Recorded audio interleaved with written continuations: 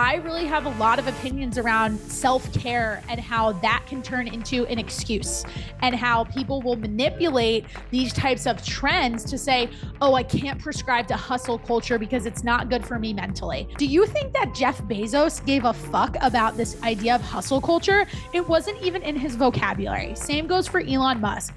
We are cultivating individuals, and as business owners, I'm sure you can resonate with this.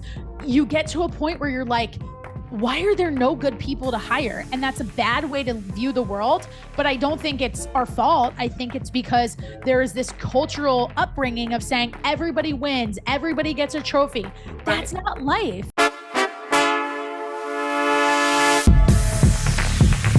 Let's link up with Krysta on the FYX. She's a wellness coach with a focus on mental well-being and physical strength.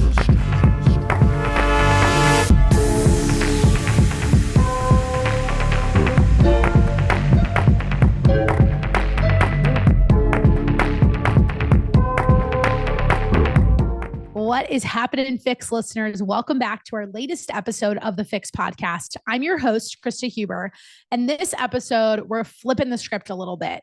If you have been a longtime listener of the show, you know that most of the time, I am the one doing all the interviewing. I should say 95% of the time. But every once in a while, I have the chance to pop on somebody else's podcast. And usually a few weeks or maybe a month or two after that recording airs on my friend's show, I like to bring it over here to you FYX listeners to get the chance to just share a little bit more about my story, a little bit more about my perspectives, and really kind of showcase what it's like to be in the hot seat as the interviewee versus the interviewer. I love my solo episodes because it does give me the opportunity to just kind of go on some rants and talk about what I'm passionate about, what I'm hearing from our clients, give those perspectives. But it's certainly a lot of fun when you have someone else asking you those questions and you have somebody else to just basically bounce ideas and theories off of. And it's especially fun when you have the opportunity to do so with a fellow coach. So today, to set this episode up, what you'll be hearing, what you're tuning into, is a previously recorded episode from the Messy Action podcast, linked down in the show notes. I strongly encourage all of you to go check out my girl, Courtney. She is just such a light. She is so amazing, just such a funny person, and I love her energy, and you will hear it in this conversation. She is definitely going to be a guest of the FYX podcast, and I just know that her story will resonate, and her vibe and all the things will resonate so much with all of you here.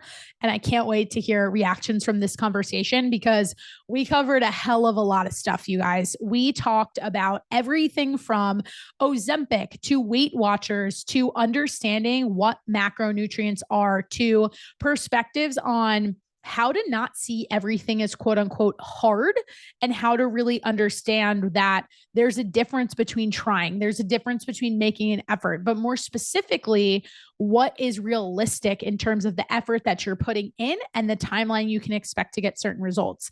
I also had quite the monologue, I will say, on this idea of hustle culture versus balance. Courtney asked me a few questions around this idea of balance and what I think of it. And without spoiling the rest of the episode, I went in on this one, and I really tried to dissect, like, where is all of that coming from, and why has self-care kind of been perverted into this fluffy thing versus something that we should do as a way to unplug, as a way to recharge, but not as, honestly, an excuse to just not work hard. And I do not prescribe to this idea that hustle culture is bad. I think there's a time and a place for really pouring into what you are passionate about. That could be your business. That could be certain relationships. That could be your career. And unfortunately, you're a human being, whether that's unfortunate or not, but you can't do everything at once. And I know this concept will resonate with you FYX listeners out there because you guys are go-getters.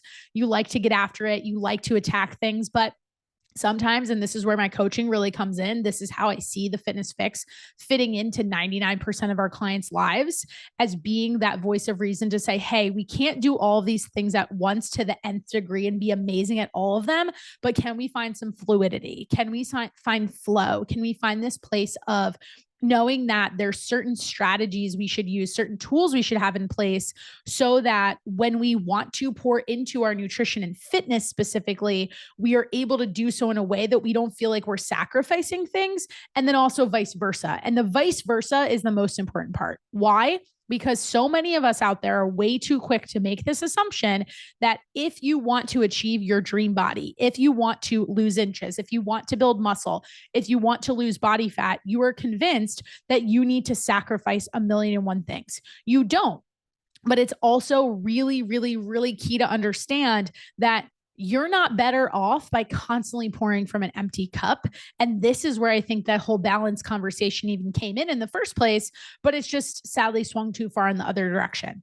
I discussed how I felt that, and this is just a parallel I've started to draw, that maybe this mentality of participation trophies and everybody winning, and a lot of that was kind of cultivated when I was a kid, is now showing up among people in their 20s and 30s because of the way they were raised, and is only getting worse with some things I see with younger children today. And it's now impacting society's ability to put in effort, and then also our struggle with wanting instant gratification, not being okay with delayed gratification, and things of that nature, and how that specifically applies to fitness and nutrition. In the final section of the episode, I also get into my own fitness journey, some things that I happen to be taking messy action on. I talk about when my own fitness has kind of ebbed and flowed, and that I don't always love going to the gym, but you all know that I like to serve realness and transparency up in this podcast. I did the same on Courtney's, and I think this will be fun for all of you to listen to. So shoot me a DM after you hear this one. I'd love to know if any pieces of it in particular resonated with you. I'd also love to know if there's anything that you want me to expand on. There are really great topics in here, and each of them could serve as their own podcast episode. I will likely just go ahead and do them at some point, but it's always nice to hear what's really resonating with you guys specifically. Nice to hear what you want to hear more about, because I'm here to serve the listener and hopefully bring conversations to the table, whether it's my own thoughts of me staring into my camera and talking into this microphone solo, or with the guests that we get to collaborate with on a regular basis. So with that, please enjoy this recording from the Messy Action Podcast with yours truly and my girl, Courtney. For me personally, we said it before we hit record, Courtney, I love combative conversations. I love when we can like get in there and debate shit. And it's not to be like coming in somebody's face, but like that's where the juicy stuff is. That's where the interesting clips and all those things come from. And it's like, you just sat there and you bit your tongue, and you have followers who listen to you as intently as I do. I am sure that's a very popular podcast. Oh, 100%. Like they kind of just like shit the bed on that one because they are opinionated people. And I was like listening, and I just was like, I wanted to like talk to them and be like, Michael, why did you let her say that without challenging her perspective? Like the rest of the episode could have been so interesting, and you didn't go there. You just avoided it. They were so quick to be like, oh yeah, there's a time and a place for it. And I'm like, you didn't say that 3 weeks ago. They chose the middle ground. Even after saying that, that's what, because I know that actually they had the opinion, not completely against it, but just saying like they feel strongly that it's yeah. Right. And that's so I was like, super surprised. Because that could have been a really good episode, honestly, because I know people would love to have that conversation with the owner, the founder of Weight Watchers, because Weight Watchers has no backbone. No. And even at the point where they had a really interesting section discussing the idea of like the points and how they work, and the concept that like now certain food items are 0 points, particularly certain types of lean meat like chicken and vegetables. And I was very disappointed because the CEO was explaining that she is able to find flexibility in fitting in her 4 glasses of wine on a random Tuesday night, because what she does earlier in the day to stay within her points is just eat chicken and veggies. And I hear that. And as a coach that works with women around behavioral change and focusing on relationship with food, this is why Weight Watchers fails people. That statement of, oh, if I eat chicken and veggies, then I can have 4 glasses of wine. Wait a second. You're going to drink a whole bottle of wine by yourself? Why are you reaching for that wine? How stressed are you? What is the root cause of that decision? And it doesn't work that way. It doesn't work that if you eat chicken and vegetables, you can then go ham. And I'm saying that from personal experience. The reason I got a nutrition coach for myself before I became a coach was because I was 22. I was right out of college, And I was going out on the weekends, and I was the classic case of what I call a weekend warrior. I would go out with my friends. I was living in Charlotte, North Carolina. I'm from Jersey, and I was trying to meet new people. And one of the ways I knew to meet new people was go out to a bar. So my friends and I would go out to a bar, have a bunch of drinks. I got a lot of muscle. I'm not a skinny girl, and I could easily drink 5-6 drinks and still feel okay. So I had no idea the kind of calories I was consuming. That would turn into going home at 2 a.m. What happens next? We have our pizza, because that sounds really good when you're drunk and have the munchies. Always. Fast forward to Monday, what did I do? Salads and chicken all week long, only to then get back on that hamster wheel of being the woman who would go to the gym and train like an animal and train like a beast. I loved working out. That was never my problem, so to speak. I'd actually even say, as a side note, I've had more of a struggle in the last 2 years, still prioritizing my training, because I've liked it less and less as I've gotten busier in my life. Whereas back then at 22, I always say to people, stress was low. I had a job. I was like living my life just post grad, like things were good. And I felt like I had this great routine, but I could not understand why I was pushing myself in the gym, lifting heavy. I had a personal trainer. I was taking group fitness classes, and yet I didn't have abs. And at the time, I felt like for the effort I was putting into the gym, I should have abs. There was such a mismatch. Well, you uncover a whole lot of self-awareness when you start tracking your food and working with a coach and having someone have that objectivity around what you're actually doing.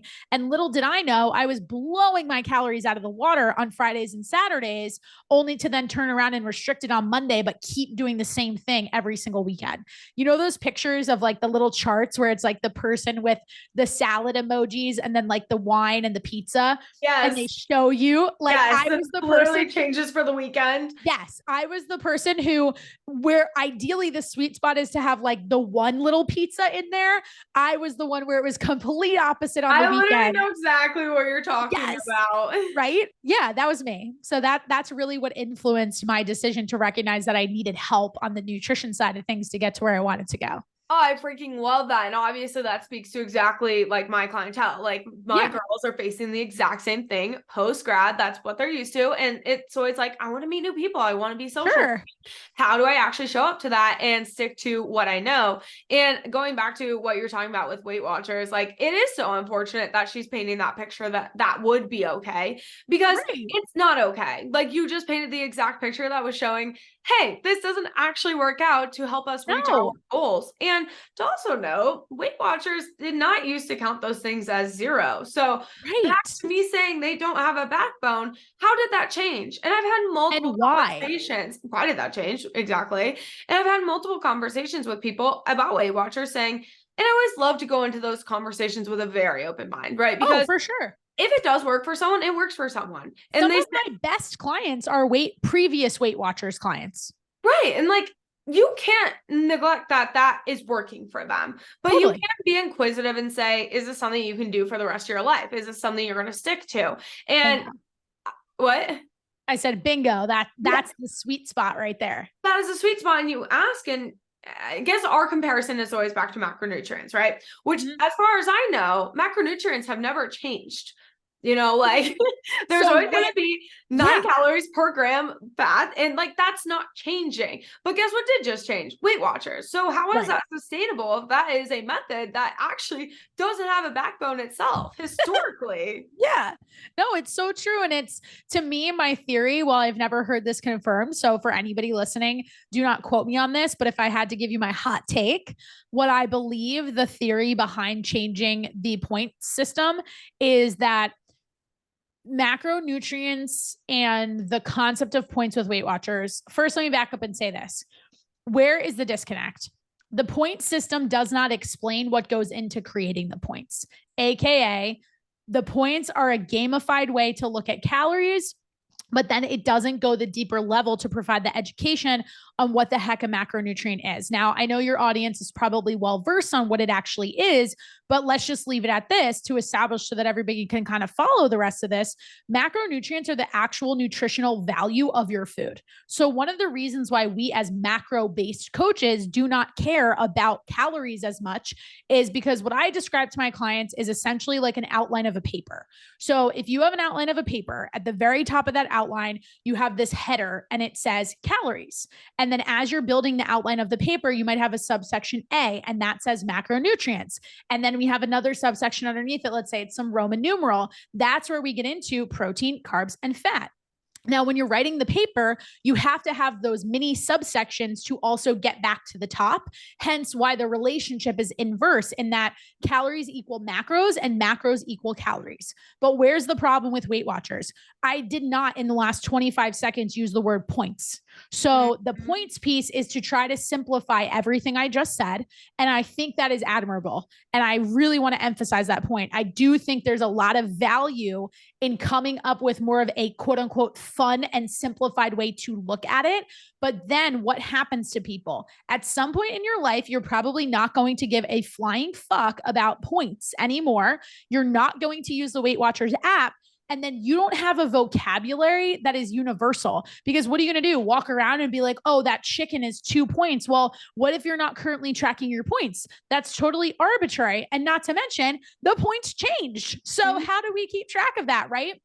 Now, to get back to that point, what I was going to say was my theory is that similar to the whole danger zone of if it fits your macros, where at some points people were like really kind of perverting the use of macros to be like, you can eat a donut, you can eat pizza, you can eat this as long as you hit your protein. I think Weight Watchers went through something similar. So what they did was they noticed that people were not filling up their points with the best quality foods. So they decided to make chicken and vegetables free points or 0 points in an effort to encourage more consumption of that. And I can get behind that because, and I have no confirmation of this. This is just purely my theory. But here's where I think that comes from. At the end of the day, I tell my clients this all the time. No one gets fat off of eating too many strawberries, right? Like that's not where this comes from. So if you think about chicken and veggies, that is a safe food. And ideally it should probably only be 0 points. But guess what? Where do we run into trouble? Nobody's eating plain vegetables. So then come talk to me about olive oil, seasonings, dressings. And same goes for chicken. Nobody's eating straight up boiled chicken breast. Bodybuilders aren't even doing that anymore these days. So it just doesn't translate to real life. I just don't see how Weight Watchers can help you long-term to go out to eat, to navigate the gray areas. But I could also say, and will fully admit that the same could be said for food tracking with the macronutrient lens, but that's where coaching becomes an assist for you to learn how to navigate the estimations, for you to learn how to navigate the vacations, for you to decide when it's important to track your food. I imagine this podcast will probably come out in the middle of the holiday season. Thanksgiving will have come and gone, but maybe we'll be close to Christmas. I don't know what your schedule is going to be with all this, but with that in mind, what everyone needs to start thinking about now is if you struggle during the holidays, you struggle because one, you got a lot of work to do on your relationship with food.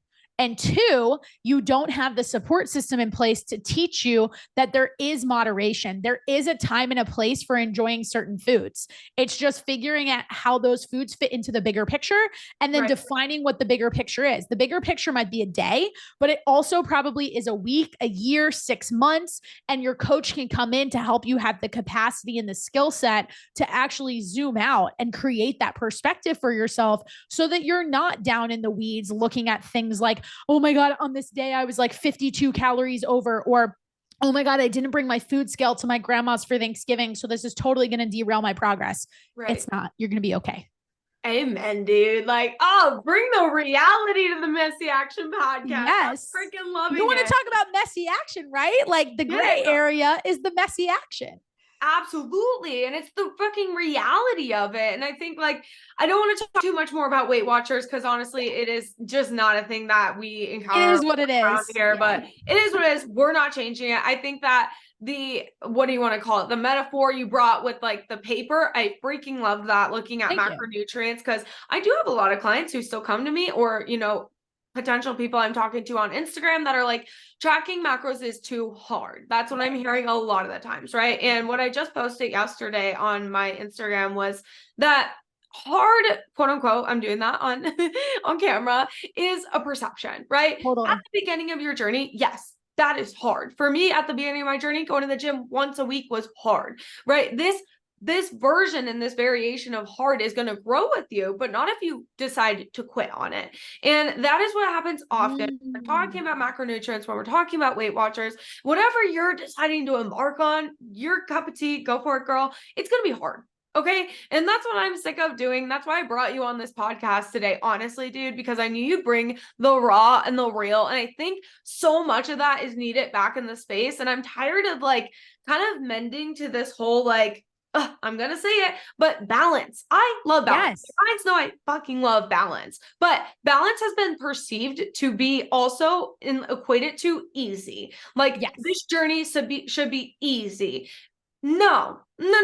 This journey should be simple. And that's where we're getting things just messed up. Totally. I don't know if you saw, simple and easy aren't necessarily the same thing. Eventually it can get easy, but I have two really good examples of this to bring up. And I will just acknowledge and say, we keep it real and raw. I mentioned being from New Jersey. It's literally in my blood. Like I used to live in Charlotte, North Carolina, as I mentioned in talking about my post-grad days.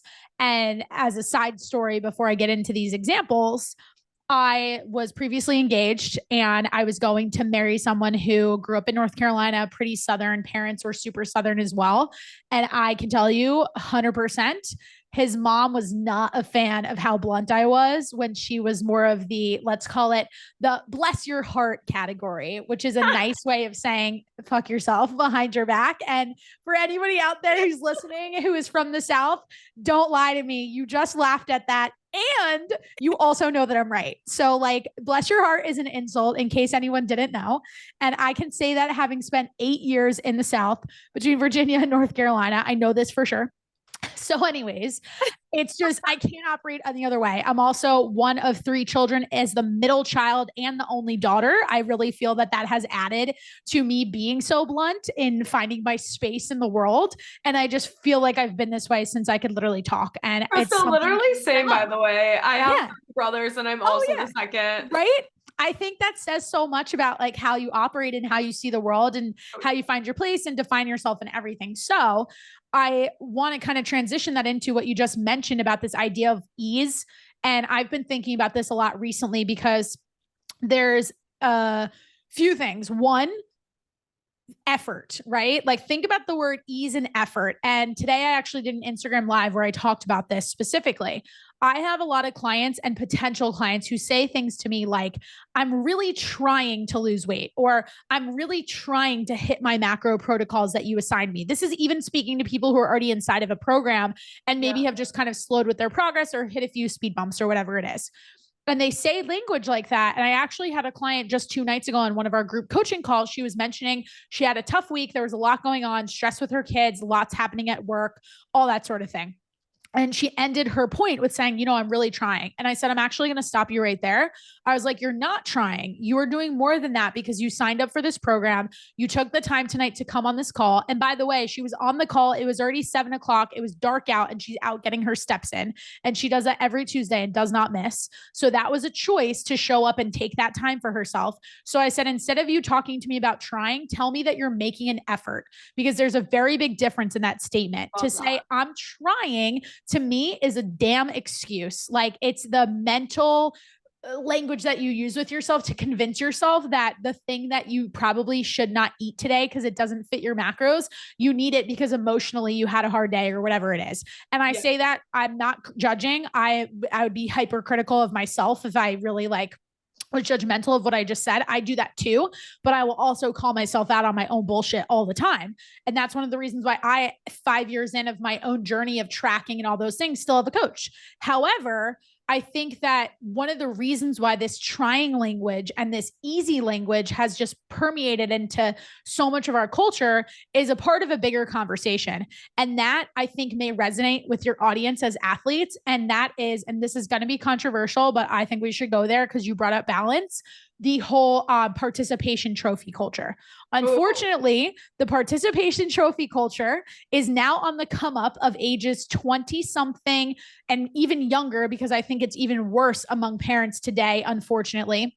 And then a lot of people like into my age, I would say I probably was growing up. I know I'm a couple of years older than you, but not too much.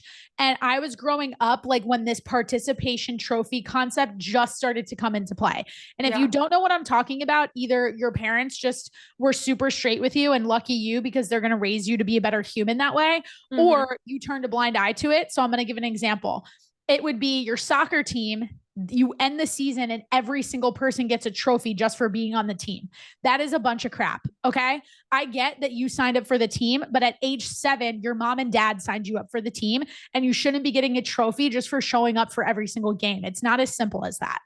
And now there's this attitude that I think has turned into this total victim culture.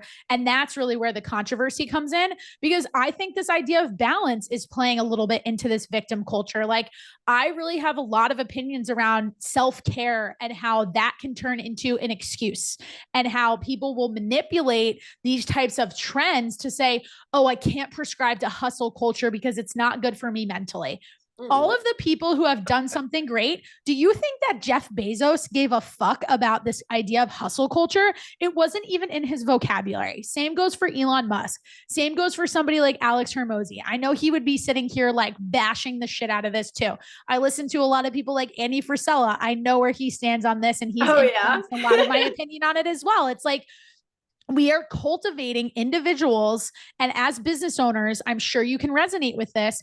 You get to a point where you're like, why are there no good people to hire? And that's a bad way to view the world. But I don't think it's our fault. I think it's because there is this cultural upbringing of saying everybody wins, everybody gets a trophy.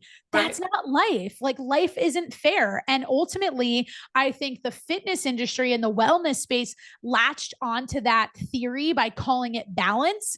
And here's what I'm going to say on balance. When you want to be good at something, you cannot have balance for some period of time. And what I find with the Fitness Fix clients in particular, we were discussing this, and just to kind of clarify for the listener so they know the type of person I work with versus yours, the type of person I work with is a few years older than your typical clientele. And maybe even as in their 60s too, because I do have some clients that are dealing with menopause and things like that. But they're typically the mom who has for years and years poured from such an empty cup because she believes that it is her duty to take care of her children at all costs. I think that is super fucking admirable. But I also think that's why this whole idea of balance has gotten to be as big as it is, because that woman is so burnt out. She's exhausted. She's like clinging at the idea of balance, and she wants it so bad. But guess what? She's never had it because she was taught the following: being selfish makes you a bad mom. And that is not true. So that's something that we really try to reverse with a lot of our mom clients inside of our program. And ultimately are showing them this isn't about macros. This isn't about going to the gym. This isn't about a protein goal. This is about, do you have good time management, and can you set better boundaries? Because those are the two roadblocks that people face in preventing them from actually being consistent with tracking their food and being consistent in the gym. It has nothing to do with the mechanism of the macros. To tie it all the way back to what we just kicked this off to talk about, is like, we can sit here all day long and assign somebody macros, but our job as coaches is to figure out why they're not hitting them. And it's usually from what I just mentioned. It's from, thinking that like they don't have the capacity to do these things. And then you latch on to balance as an excuse, and you're like, oh, balance, I'm going to eat the donut. Oh, balance, I'm going to have the burger. I love burgers. I eat burgers twice a week. But you want to know why that's balance? Because I also work my ass off in the gym. I'll push myself with the weight that I use so that I know that that burger that I'm eating, not saying I earned it, but I know there's a time and a place for it because it fits within my macros. And ultimately, I think that balance is BS, because anything you want to be really amazing at some stage for some season is going to need 150% effort. And I've seen that in my own life in the past year. I will be the first person to say that my own fitness and nutrition goals have not been top priority. But to be honest, I don't really care to a degree, because I'm so proud of my business and I'm so proud of what I've been able to do. And I have taken full ownership that I have no right to be frustrated about anything with my physique, because I've chosen the 1 a.m. night night to work on my podcast instead of getting the extra 2 hours of sleep that I do know I need, but I'm doing it for the sake of, I am now at a point with the conversation you and I had before we hit record. I'm getting closer to finding that balance. I have a team in place that can do things for me that I know that the ship will move forward and continue to run. So I can go to the gym and not feel like, oh my God, I'm glued to my phone. And that's me having bad boundaries. So it does come back to the time management and boundaries conversation. So if you want shit to be simple, this is your solution. Have better time management, create a schedule, time block, use your calendar. For all the athletes out there that work with Courtney and work with Rise and listen to the Messy Action podcast because Courtney's story resonates with yours. Let's remind you, as when you were a D1 athlete or a D3 athlete, I've seen it with my friends. My own brother played D3 lacrosse. That kid was busy as hell. And he was so regimented in college compared to the average person, like somebody like me, where he had a schedule, he had work study time, he had to do his homework at specific times. Like, you have the skills. So if you're struggling now a year or two out of school, it's because you're allowing these new life stressors to take over what wasn't there before. And you're forgetting that you actually do know how to handle it. And I think part of that is coming back to everything we just said, like this participation trophy culture, my mom's going to help me solve this sort of culture. And it's like, that doesn't work. And I promise you, if you want to be successful, you can't have that mentality. Oh, Krysta, you killed that. I can shut the laptop now. Right? But like, honestly, we can end the episode. Literally, that's all we need. That's all that has needed to be said in just the whole industry as a whole, not even just for our former athletes, but for everyone. Balance has been such a up and coming thing in the last 2 years. And I think something that you really said that hit hard for me is just the victim mentality that is surrounding trying to grab results within your health and fitness journey, right? It is just, oh, woe is me. Like, I should be able to have grace with myself in this journey. And the balance has just been so misconstrued that it's become more of that like hashtag balance like mentality versus an actual teeter-totter, right? Yeah. That shows us real balance. Like, if you put something on, it's going to go up. So therefore you have to put another something on, like actual balance. And that is, you know, that could be in a daily situation. That could be more in the seasons that you're talking about, right? Maybe my whole season is actually unbalanced. That could be months of time where I am going all in on my business. I'm going all in on my fitness. I'm going all in on my cut. But that doesn't mean in that season, I am wrong for wanting something so bad that it's my season of sacrifice. Right. It's okay. But it more so of a victim mentality. Like, well, how I look at it is almost like this entitlement to results. It's like 100%. I am working hard, therefore I should see results. So then you hear clients being like, Courtney, it's been 2 months. Like, what is going on? Courtney, it's been 1 month. What is going on? Why am I not? I'm working so hard. Tell me what I'm doing wrong. And I'm like, you're doing nothing wrong except for asking that question. Literally nothing. Like, and I'm so glad you brought up the word entitlement, because I think that's the other piece of this is like this victimhood, this desire for balance. It's created this thought process that you deserve that. You deserve these certain set of results just because you're working hard. And the way that I broach this with our clients and really try to challenge them and push back a little bit is, okay, what you're implying to me by saying, where are the results, is that you don't actually plan to commit to these actions for the rest of your life.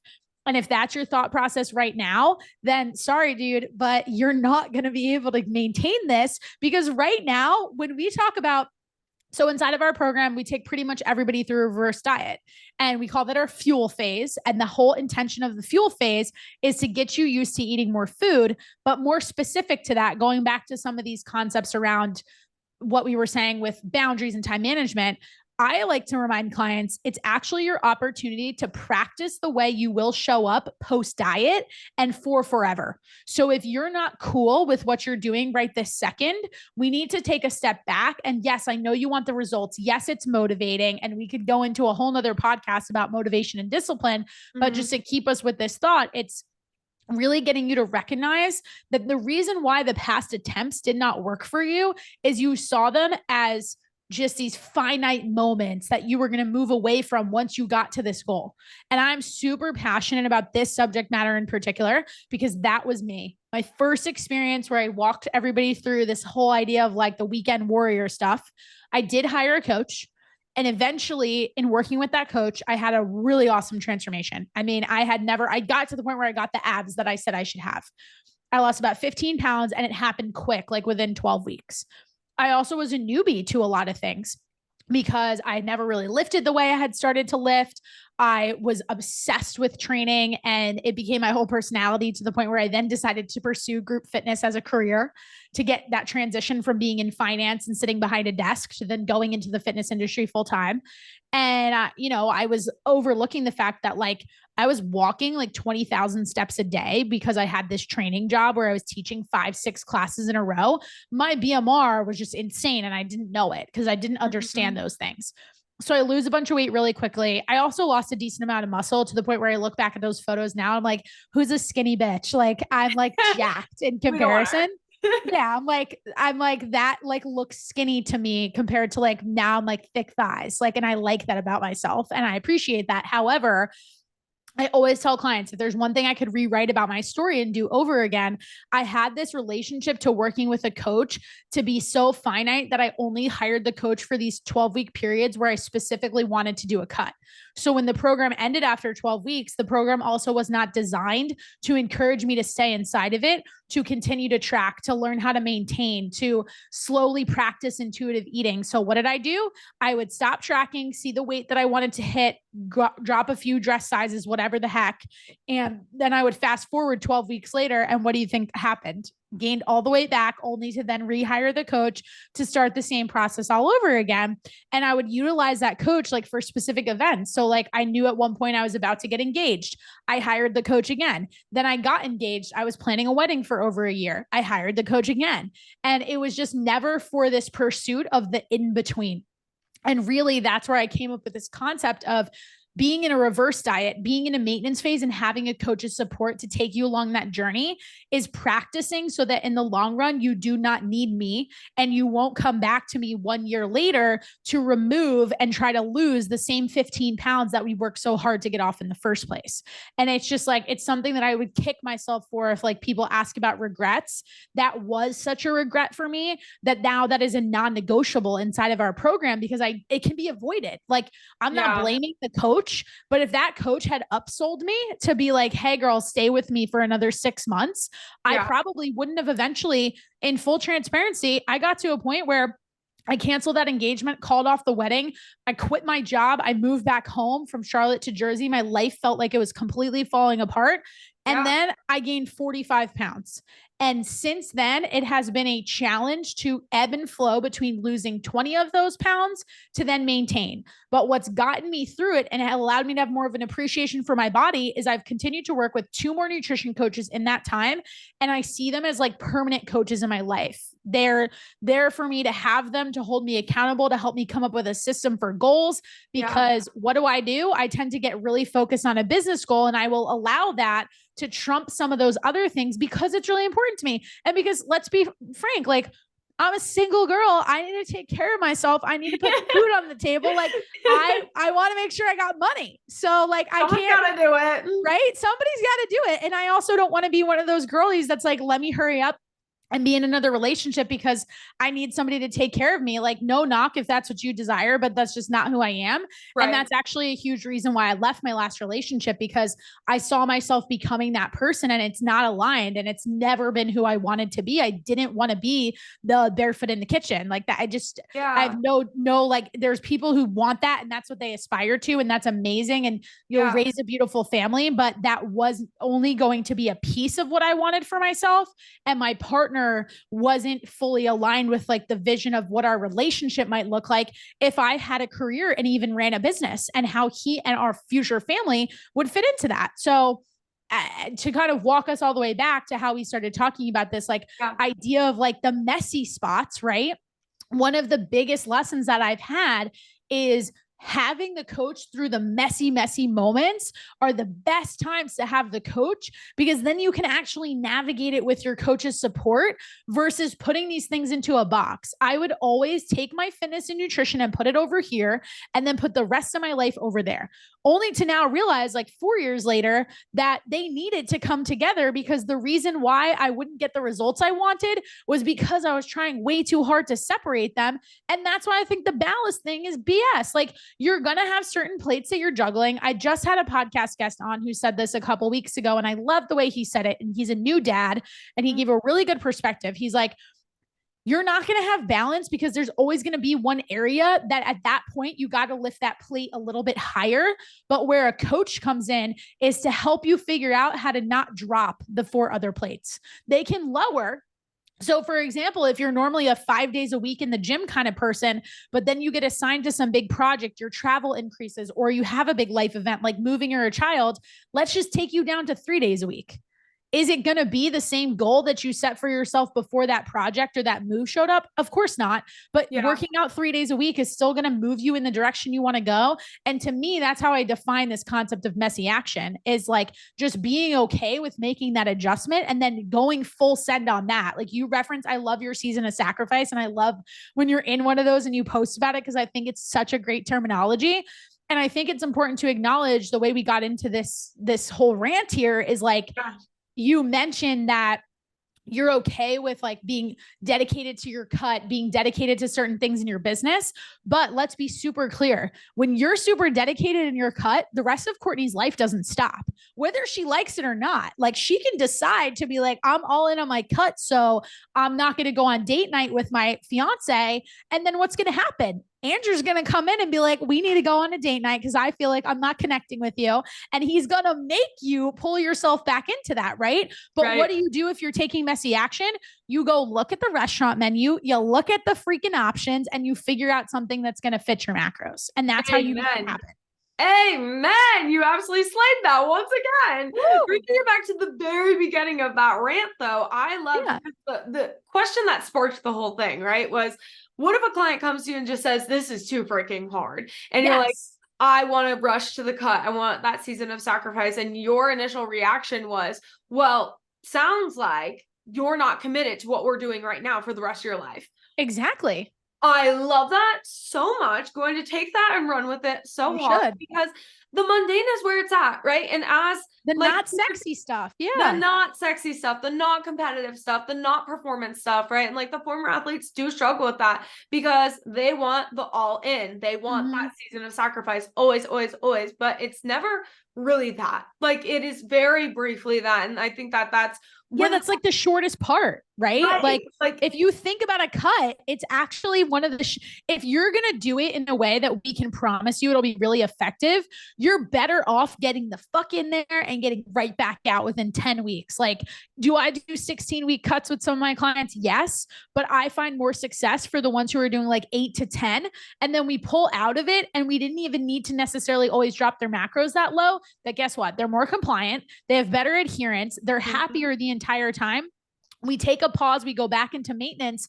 We could do another round of maintenance for 10 weeks and then, or even 6, and then they could do a cut again if it makes sense for the timeline of whatever else you have going on in your life. But like, I love your take on this, because this is that hard piece of like, oh, this is too hard.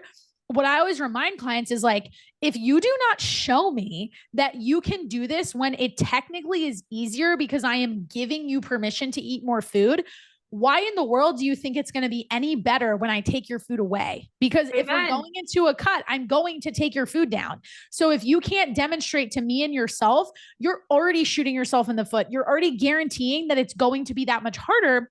And where, you know, I think you'd have a really interesting perspective, especially from the athlete perspective, is like something that we notice with our clients a lot is like, they put these like calorie deficit phases, we call it our focus phase, up on a pedestal. Like, it's like, you have to get there. And like, they think it's like cool to be there. And I'm like, sister, you have never done a cut before because it's not cool. Like, I don't want to be there. Yeah. There's nothing fun about it. Like, it's like, yes, I get that it's like, you're super happy to see the results and you feel great at the end of the 8 weeks or the 10 or whatever.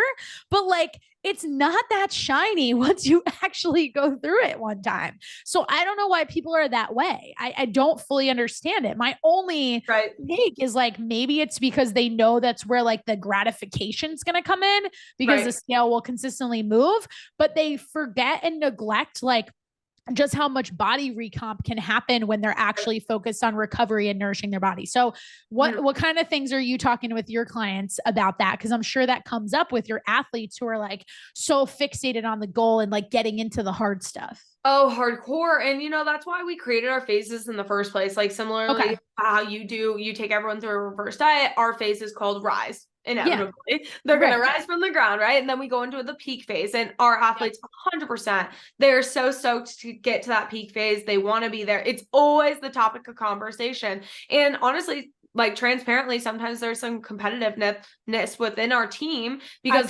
someone else is in a peak phase and they're like, well, why aren't I there? Right. There's that comparisonitis comes up in our team, and not in a bad way.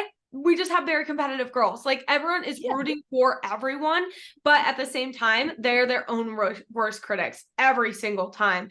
And I love your point where it's like, well, why would I put you in there if we can't even stick to the basics in the messier times, right? And you brought up, you hired your own coach when things were chaotic, things were crazy. And I get a lot of girls that come to me being like, I want to work with you, Courtney. I want a one-on-one coach, but now it's just not a good time. Like I'm going through this, this, and this, and this. And I'm like, great. Sounds like it's a perfect time. Because exact opposite, like thought process should be put into place. And I promise, like I said, that's one of my biggest regrets. Like the times when I described the situation of gaining the 45 pounds, it was because I had not been working with a coach and I had no handle on what I wanted to do with my career. That started affecting me mentally. And then that brought out a really bad relationship with food. And then, like I said, I made these massive decisions and shifts in my life to the point where I was in a headspace where, quite frankly, I thought that focusing on my macros was very like white girl problems, in the sense that I'm sitting here blowing up my life from my perspective, giving the ring back, moving, doing all these things. COVID then starts to unfold. So I really don't even know what's going to happen with the fitness industry. I'm like, I should go back into finance. I don't know what to do. That was actually when I eventually started my podcast. But at the time, I just had this just constant thought in my head that it was so silly of me to give a shit about protein intake when my world was falling apart. And if I had had a coach, I don't think I would have had that perspective, because I think I would have had the voice in my head telling me, hey, you have a lot that's not in your control right now. You're trying, but you're also not taking care of yourself. I had major insomnia. I wasn't sleeping, was really depressed. And I couldn't connect the fact that if I just focused on training and moving my body and gave myself something to do on a daily basis to create routine, I would have gotten out of that feedback loop so much faster, and I wouldn't have gained the weight that I did. But I felt like I didn't deserve that. And I've actually learned from working with my most recent coach, and I have a male coach now. And I think it's been interesting for me because he just has a really different perspective on things. He pointed out to me recently, he's like, I don't know if you trust yourself. And I sat with him saying that to me, and I was like, damn, he's right. I don't. And part of the reason why I don't trust myself is because I know what it's like to have this rebound of gaining a lot of weight really fast. And I hated how it felt. So at some point in the last couple of years, I've told myself the same story that a lot of my clients do, of like, well, as long as I'm successful in this area, it doesn't matter if I'm not successful in this other one, because I feel really good. For example, I feel really good about my brand growing and my podcast, and I'm putting all my eggs into that so I can justify putting my fitness on the back burner. But what I realized I was actually doing is like, I'm putting off being able to earn my own deficit because I don't think that I have the headspace and the willpower right now to be successful in one, AKA I don't trust my ability to do it. So I'd much rather just kind of like float without a goal and just like kind of sort of track my macros, kind of sort of go to the gym 4 days a week, so that he keeps telling me, hey, you're not ready for a deficit because I didn't earn it. And it's so true. And like, he'll just call me out on that. And I'm like, you're right. You're so right. Starstruck. That's crazy. That's a crazy perspective, honestly. And that's so very true. And I think a lot of us have done that to ourselves. Like we are our own, like not worst critics, but like we're self-sabotaging at times and we don't even know it. Subconscious sometimes. But back to our point. Shit, I lost my train of thought. I'm not gonna lie. It's okay. I've been going on such like tangents. You have so many, bro. I'm like, I need to take fucking notes so I can like come back to them. It's funny to be in the other side of the seat because I'm so used to being the one listening that it's like, and I actually work really hard. So this is something that I've learned about myself in 3 years of podcasting. When I go back and listen to podcast episodes like 1 through 40, I've realized how much I would interrupt my guest and not allow them to complete the rant the way I currently am. And you do a great job of listening. And I know we talked about this when you first started podcasting and you were asking me like, what are some lessons that you've gotten out of it? But I've really practiced this so much in the last year that when I do get the chance to be on the side of being interviewed and not being the interviewer, I'm like, yes, I can talk. Like normally I try to just cut it off after like 2 sentences just so that I can pick up on the thought that the person is wanting to go off on for a few minutes. And when you have guests that really have a lot to say, I love just being able to be like, you go for it. Like, let me hear what you got. But then sometimes I need to take notes because I'm like, oh wait, they made like 6 really good points and I want to hit on all of them. So literally I'm like, I should have taken fucking points. You're killing it. I'm actually in love with this episode. Obsessed. I think it's everything my clients need right now and more. And just like the space in general, not even just my clients. Yeah. Well, shit. Honestly, we can probably wrap it up here. No worries. Perfect. Absolutely pee my pants. And I know we have another call, so it's all good. Give you a little break in between. Yes. Let me go ahead and I'm gonna just kind of like let you like perfect introduce yourself. Yeah, sure. Give yourself the like plug. But all right, Krysta, my girl, this episode has been literally everything we needed and more here at the Messy Action Podcast. And honestly, I just said, the industry as a whole, you killed it. How can my people find you? Because I know that they're going to be running to your pages. Yes. Well, thank you so much for this. Just in piggybacking off of what we were just saying about being an interviewer versus interviewee, it is really fun to get to do this. And of course, the first thing I'm going to plug is my podcast. I have a podcast. It's called The FYX with Krysta Huber, and I spell FYX, FYX, because it's Krysta with a Y and a K. I know you'll put that all down in the show notes. You can find me on Instagram is the easiest place too. My handle is at the Krysta Huber. I'm always open in the DMs. I'd love to hear some of your perspectives on a few of the different things that Courtney and I kind of worked through and talked through. And I can guarantee you that she will be on an episode of The FYX very soon. So we're going to set that up and make that happen and have you come on over and do a little podcast swap, which will be a ton of fun. But I just, again, appreciate you so much. And I love all the things that you're doing. And I love that you jumped into creating a podcast because from one podcaster to another, it's hard work. And us speaking about things being easy versus hard and what that looks like, right? You at one point took a break from your podcast. Why? Because you had other things that were a priority and they had to be, and that's okay. Right? It's okay to put yourself in a position where you really need to reevaluate. And that's what I'd say for anybody listening to this. If you do want to have one thing to take away, I would hope it's that. It's look for the approach that is going to be flexible. It's going to be fluid. And it's something that you can just take little bits and pieces from depending on the season that you're in. And if any of that jives with you, then you will love the messaging and the content that we do share over at the Fitness Fix. So I would love for you guys to come check us out and hang out. Amazing, Krysta. You killed it. I do have one question. I do inconsistently ask my guests, but I really I want to bring it back. What is something that you're taking messy action on at this current moment? Oh, that's a great question. Oh, I have to think. I am such a programmed person with a lot of my life. So I will actually say it's a little bit of my fitness journey, but I'll be a little more specific. So I alluded to this earlier in the episode. I mentioned that I used to really love working out and I just don't love it as much as I used to. And frankly, I think it's because I'm busy. And so I may be in my computer, like in the zone, and I just don't want to get up. And you've been posting about this actually with you going to the gym at 5 a.m. And you mentioned how it just makes more sense to you because you know it's going to be dark at night. I resonate with that 1,000%. but this is where I'm specifically taking messy action. I have kind of stopped going into the gym with the intention of tracking my weight on what I'm lifting. I have a program that I follow, but it's basic AF. I'm talking like 4 exercises, 2 supersets each, 2 upper body and 2 lower body days. And I mean, like, I am simply deadlifting, hamstring curls, leg extensions, and a glute bridge. And that is it. There's nothing fancy about it. I will do the same program for 6 months. And it's solely because I feel that I have so many other things going on in my life that for me, if I simplify the elements, it's going to help me get myself there. Yeah. And something that I do when I'm in a funk, and I feel like I've been in this funk recently because I've had travel, I've had interruptions, and I find that I have to like really talk myself into going to the gym. And there's a past version of me that wouldn't have been okay with the workouts that I just described because I would have thought they weren't enough. And I also would have thought I had to be in the gym for longer, but I kind of cap it at 45 minutes, and whatever I get done, I'm good with it.